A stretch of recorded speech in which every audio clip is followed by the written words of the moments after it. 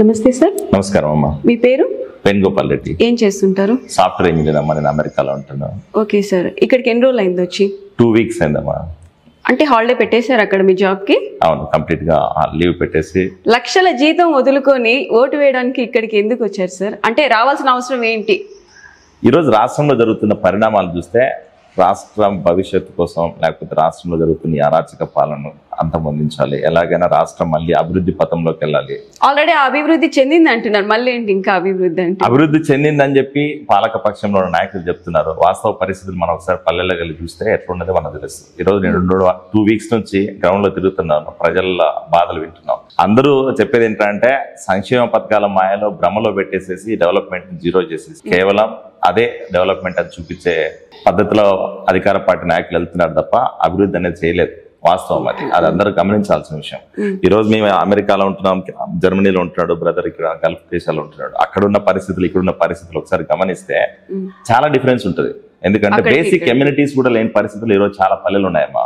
అది డెవలప్మెంట్ ఎట్లా అంటాం మేము? డెవలప్మెంట్ అయిందని ఎలా చెప్తాం? 2 వీక్స్ నుంచి దగ్గర ఒక 8-10 కాన్స్టిట్యున్సీలో తిరిగినారు. కాన్స్టిట్యున్సీలు అంటే మేము ఎమ్మెల్యే దగ్గరకు వెళ్ళి వాళ్ళ దగ్గర కూర్చోం, అట్లా ఊర్లలోకి వెళ్ళి రియల్ గా ఓటర్ తో కూర్చొని వాళ్ళ రచ్చబండలు ఉంటాయి, సొంతంగా వెళ్తున్నాం.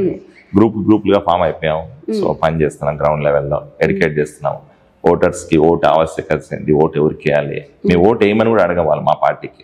All we do is will try to educate them and we'll try to explain what is happening in the state and what we need to do. మీరు చాలా బాగా చెప్పారు. వీళ్ళకే ఓట్ వేయండి అని చెప్పకుండా మనం చెప్తే ఏమవుతుందంటే అప్పుడు మనం ఏమవుతుందంటే మనం కూడా ఒక పార్టీ కార్యకర్తలాగా తయారవుతాం. ఒక పార్టీకి మనం సింపథైజ్ కాకుండా ఓటు వేస్తే మంచి నాయకునికి వేసుకుంటే మీకేం జరుగుతుంది నెక్స్ట్ అనేది, అభివృద్ధి అనేది ఎలా ఉంటది అనేది మీరు చెప్పినట్టు will try to compare both governance, compare చేసుకుని మీరే వేయండి.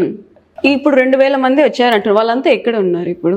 సో ఇప్పుడు 2000 మంది అని చెప్పింది ఏంటంటే మొత్తం state wide. Okay. So especially మన రాయలసీమ ప్రాంతంలో రాయచూట అవచ్చు, లేకపోతే రాజంపేట, రైల్వే కోడూరు, వీళ్ళ గల్ఫ్ నుంచి ఎక్కువ మంది వచ్చారు. గుంటూరు, విజయవాడ తీసుకుంటే యుఎస్, యూకే నుంచి ఎక్కువ మంది వచ్చారు. మన ప్రాంతం నుంచి కూడా, రాయచూట ప్రాంతం నుంచి కూడా చాలా మంది యుఎస్, జర్మనీ, యూరోప్ కంట్రీస్ నుంచి వచ్చారు. సో అట్లా వివిధ ప్రాంతాల్లో వివిధ కంట్రీస్ నుంచి 2000 నుంచి 2500 మంది ఇప్పుడు వచ్చారు.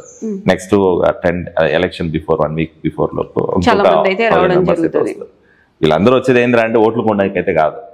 అది వెరీ క్లియర్, గుర్తుపెట్టుకోండి. దయచేసి ఎన్ఆర్ఐస్ ఎవరు ఇక్కడ ఓట్లు కొనడానికో లేకపోతే ఓటర్స్ ని మభ్య పెట్టడానికో రావట్లేదు. మేము వాళ్ళని ఎడ్యుకేట్ చేయడానికే వస్తున్నాం, వాళ్ళకి వాస్తవ సంఘటనలు ఎక్స్ప్లెయిన్ చేయడానికే వస్తున్నాం. జరుగుతున్న సంఘటనలు, రాష్ట్రంలో మార్పు ఆవశ్యకతను వివరించడానికి మేము వస్తున్నాం. దయచేసి అదొక్కటి మీరు నమ్మండి. మాకు ఎవరికి ఇక్కడ మిమ్మల్ని మభ్య పెట్టాల్సిన అవసరం లేదు, మీకు డబ్బులు ఇచ్చి కొనాల్సిన అవసరం అయితే మాకు అస్సలు లేదు. చాలా బాగా ఎక్స్ప్లెయిన్ చేశారు. మేము పెయిడ్ కాదు, మేము ప్యాకేజ్ కాదు అని చాలా బాగా చెప్పారు. అంత ప్యాకేజ్ కానీ అంత డబ్బు ఇచ్చి ఓట్లు వేయాలంటే వాళ్ళకున్న శాలరీస్ వాళ్ళకే సరిపోతుంది. 10 లక్షలు 15 లక్షలు అంటున్నారు. అక్కడ నుంచి ఇంత ఎక్స్పెన్సివ్ చేసుకొని అక్కడ ఫ్లైట్లు బుక్ చేసుకొని మళ్ళీ రిటర్న్ కూడా ఫ్లైట్ బుక్ చేసుకోవాల్సిన అంత అవసరం లేదు.